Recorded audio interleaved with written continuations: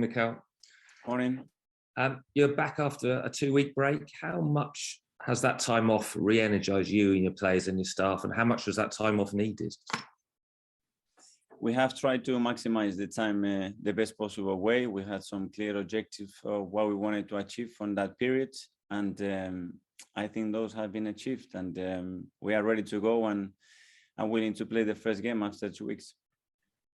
You're right in the hunt for a top 4 place. You've got 17 games remaining, all in the Premier League. How much will that clarity of purpose really benefit you in the running?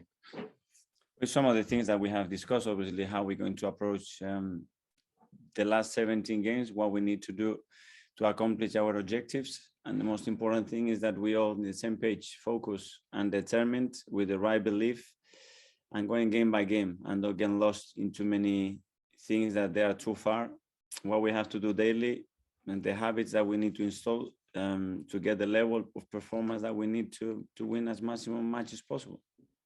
Thanks, Mikel. Thank you. Ivan, Premier League. You're on mute, Ivan. There, you can hear me now, I think. Yeah. Mikel, good morning. Good to speak to you. So just touching on that lack of games, you had great momentum in December, 5-0 winners on Boxing Day, but things haven't gone so well since. I wonder what the mood is in the squad.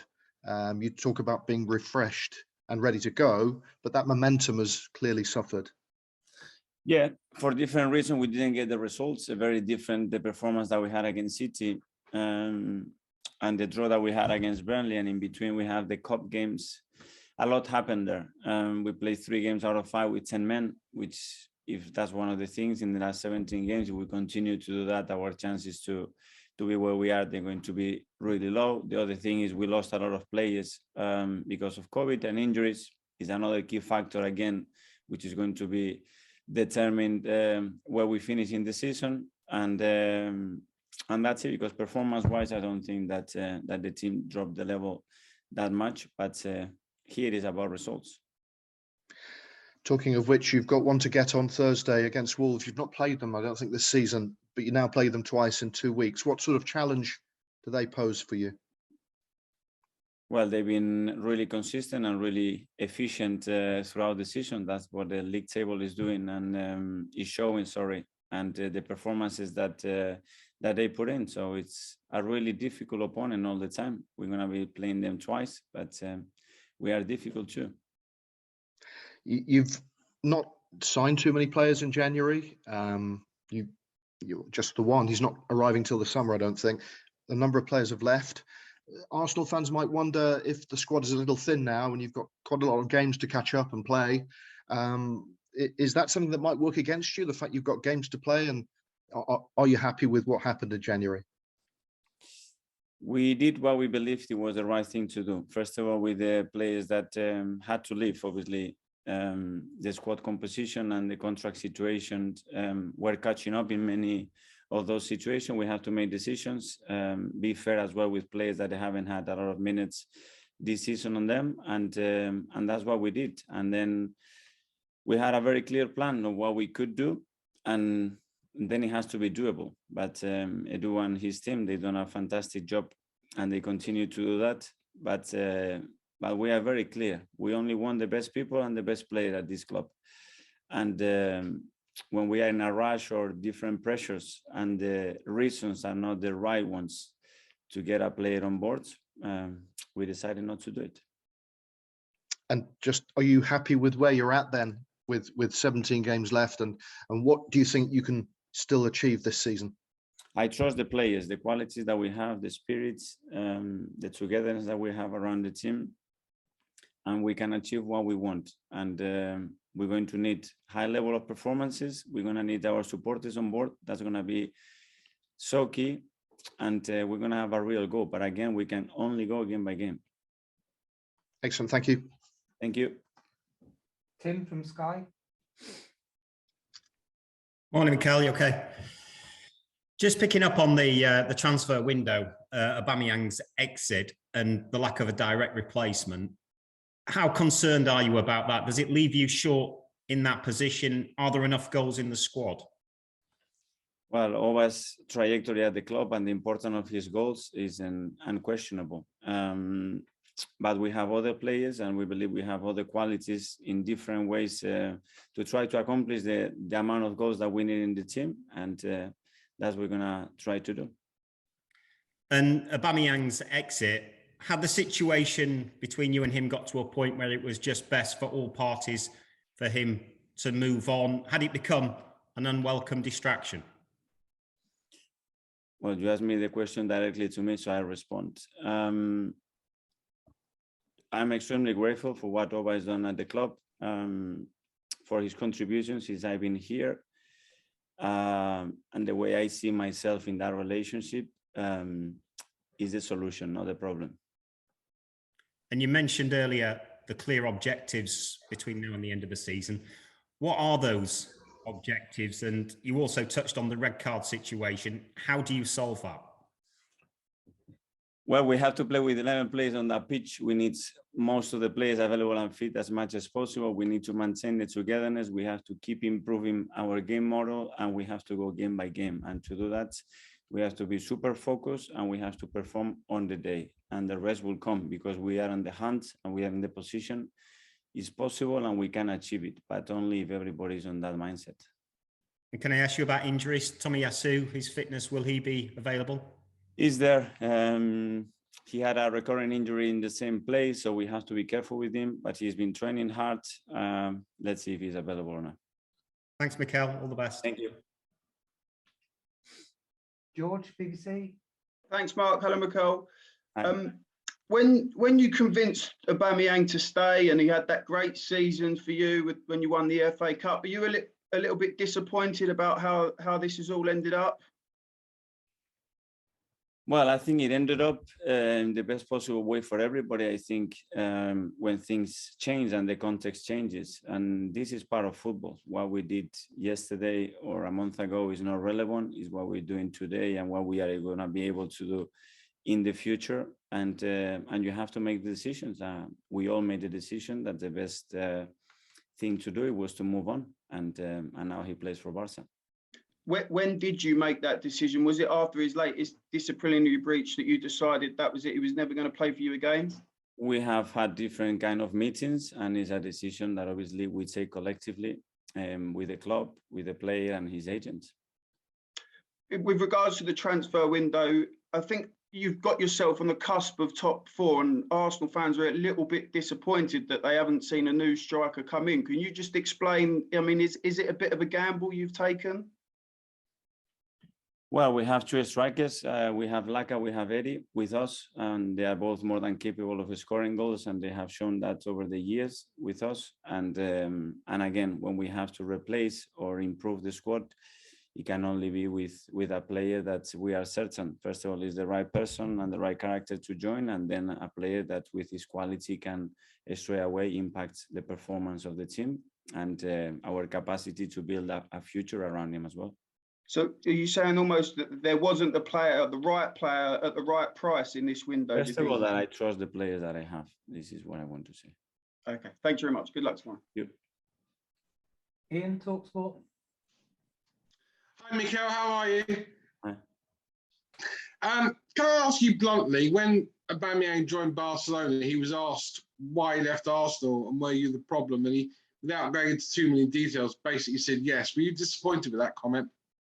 Sorry, Ian, can you repeat the question? When Aubameyang joined Barcelona, he was asked whether you were the problem for him at Arsenal, and he basically said yes without going into too many details. Were you disappointed with that? Were you disappointed he didn't show a bit of class, just said, I left because I left?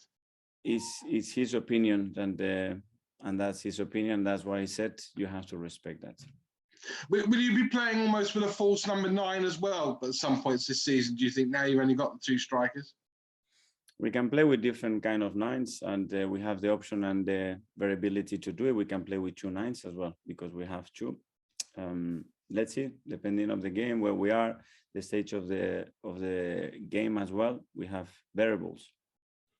I guess the last 2 weeks has also given you a chance to hit the reset button, hasn't it? Because, you know, after a really good period, as has been documented, you know, the Premier League, you were struggling a little bit, and obviously you had those cup defeats. Yeah, well, we play in the last 5 games, 3 different competitions. The Premier League, we play City, then we play FA Cup against Forest, and the 2 games against Liverpool on the tie. That were extremely complicated because of the suspension, the COVID situation, the injuries, and then the last draw against Burnley that we should have won the game. But it's what it is. That's why, again, there were many factors there that is a lesson on those games why we didn't win more football matches there, and things that they are in our control, hopefully in the future, and we can do better. Can I ask you finally about player discipline? There may be the number of red cards that your team has got recently could be put perhaps down to player discipline. But I'm also thinking about, we've seen a quite high profile incidents at other clubs during this international break at Brentford and then yesterday at West Ham. But as a manager, do you almost have your heart in your mouth when you send your players home or send them away for a week or a few days off, hoping that they're going to behave, hoping they're not going to bring you and the club into some sort of problems in terms of national, international headlines? I think when the culture is so rooted and strong, I think the manager has very little to do there because everything can handle almost in the dressing room, and that's the ideal scenario. It takes a while to get that done, but in my opinion, here we are not too far of that. But how do you get over to players that they've got to behave and they've got to uphold the club's ethos when they're away from the club? Well, I think there are a few factors. First of all, how we raise them. So through our academy, the type of characters that we build, and that's the best way to do it in that pathway. Then in recruitment, the type of characters, personality that you are assigning, and make sure that they are the right ones to fit within your culture. And then the other ones is lead by example. So when you see certain behaviors daily, they become habits, and those habits are easy to follow. And once they are integrated, I don't think anybody can escape to that or try to do something different because it gets exposed. Thanks, Mikel. Thanks again. Mark, BA. Mikel, you said you saw yourself as a solution and not a problem to the issue with Aubameyang. What was the problem with him that you were trying to solve? What I'm saying is that I've been the solution, 100%. I can look in the eye of anybody. So in terms of, from your perspective, you did nothing wrong in your relationship with Pierre? Wrong, I do a lot of things wrong, for sure. But the intention all the time is the best, and not for me. It's for the club and for the team. With the young squad that you do have, I know it's talked about quite a lot. Do you need a captain who sets the best example on and off the pitch? Is that part of the process? Have some exceptional senior players that are really helping. The way the young players are doing so well is because they have the senior players next to them giving the example. The togetherness, the chemistry that I saw in the last 2 weeks, a little bit out of the competition. We haven't had time since I've been here because of COVID, 2 years without preseason, without having time to spend together. Is the thing probably that I'm most proud of, and not only around the players, but the staff and the real chemistry that is there. That's something that is going to stay here. Will Lacazette be your captain for the rest of the season? Laca is the captain at the moment, yes. Sir Alex Ferguson always installed an ethos at Manchester United that no one was bigger than the club. Given what's happened with Aubameyang and previously with the likes of Mesut Ozil, are you sending that same message? I don't send, I think, and it's not me here, guys, it's the club. We are. And we make the decisions to defend the club, to try to improve the club as much as possible, to respect the tradition and the values of this club. And obviously you talk much more about the difficult decisions than the positive ones, but they are far more positive decisions than difficult ones. But those ones at the end, I think they will become very, very positive as well. But today probably is difficult to see. Would you have let Flo Balogun go out on loan if you'd known Aubameyang would be leaving? Well, again, and with Flo especially, and the amount of minutes that he played here and the level that he shows when he only can play with under 20, it was not fair. And if we want to develop that player to maximize his potential, which is huge, we have to try to expose the player as quick as possible to the level that he needs to be exposed. And I was really confident that for him it was the right option. He was convinced. So when that happens, we have to let the player go and evolve. Just finally, Pierre wasn't the only player that left. Obviously, during the January window, there were other players that made their departures. Do you think the club are now in a position where they won't have to pay players to leave or agree terminations anymore, and that period of the club is now in the past? Hopefully, by the turnaround of the squad, when we had that many things to do, and we already seen the amount of changes and the contractual situations that are very much attached to those players are really difficult to handle. And if we want to thin the squad to have the capacity to evolve and improve it, you have to make those decisions when you have the opportunity, because sometimes you want to do it and you don't have. Sometimes you have, but the player doesn't want to do it. So we believe it was the right thing to do. But as always, Mark, only results will tell when you are right or wrong. That ball has to be on the net. Thanks, Miguel. Good luck tomorrow.